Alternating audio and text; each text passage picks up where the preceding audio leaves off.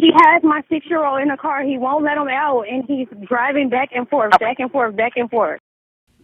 A domestic violence incident quickly escalates into a dangerous car chase, a 6-year-old child in the back seat. Police say that the suspect was driving with no regard for anyone else's safety. Yeah, especially that 6-year-old, right? So let's get to 12 News journalist Jade Cunningham. Details on how police were ultimately able to arrest this man. Jade. Yeah, good evening. The incident happened about a week ago near Ellsworth and Ray Roads in Mesa. Police responded both on the ground and from the air, and with teamwork, they say they were able to get the driver into custody.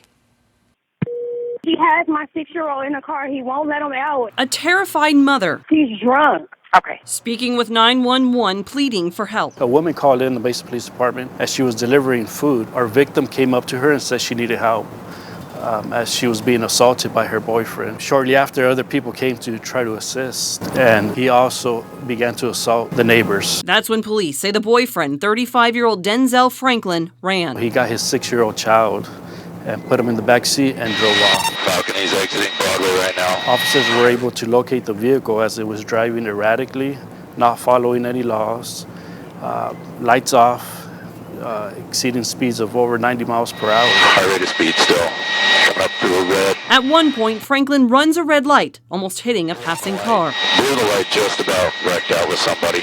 Because of his driving and we knew his 6-year-old son was in the back seat, we didn't want to continue pursuing him. But luckily, we had our air unit over, and they took over. Okay, with the 6-year-old in the car, let's have marked units back off with the air unit take it. Officers approach him as he stops to get gas. He's going back to the driver's seat now. But Franklin drives off. Police, though, had a plan that worked. Taking off high rate of speed again. We did have what we call a grappler in place nearby, so we were able to use that device to quickly stop the vehicle. It's much safer than a pit, so when it's available, we do use it. Get your hands in the air now! He did exit the vehicle. He was not compliant to our commands, so we did use less lethal rounds such as pepper balls, beanbag, and taser. Ultimately, we did deploy the dog. Just again, we had to make sure that he was not going to get back in the car and pose a risk not to only the 6-year-old but the public the way he was driving. Get the kid out! At the same time we were taking him into custody, we had another team going to retrieve the 6-year-old. Hey, come on over, buddy. You're right. No, we're not here to determine whether any of this stuff is true today. Franklin now faces more than a dozen charges. Police just thankful nobody was seriously hurt. That's what we're here for. We're here to protect victims.